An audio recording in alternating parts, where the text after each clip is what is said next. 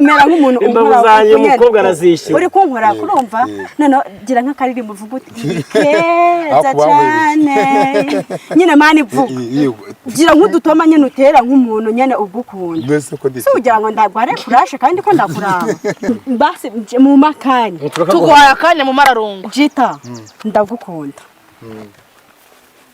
nubwo bwose narababwiye ziba se fukama nk'ahangaha dore kameramani yarasinze yaragiye turebe narababwiye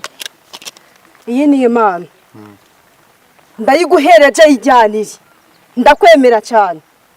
vuga se iravi wanturiwe neza kutangura gukanura nubivuga wibuke ko umugabo wanjye warutwawe naguporopoje ngogo ki ziba yewe tubako jita muyigeshe nyabita wabwiye ibi bitwa bikaziba wakanga gocece mucece ko tuwije ntago bishoboka iki wowe kucisha kutuziba jita akira kagakomera wowe ntago njya kumwana zawe nk'umugore wa Jitaf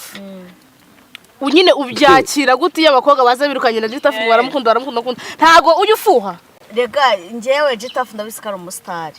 ntago gufuha nta muntu udafuha tari njyewe ndabizi neza ko aka kanya hari abagore ba divorce bagati ngo zabo wenda nk'urugero kubera The Ben nzi neza umugore wubatse ufite etage The Ben ashaka gupropose ngo Jita ntuzadivorce nawe yarangiza umugore agatuba ntuzobikora ibyo kuko nyine ibintu biba mu kuderefona ntazadivorce nazagira ibintu byo kuderefona aho yashaka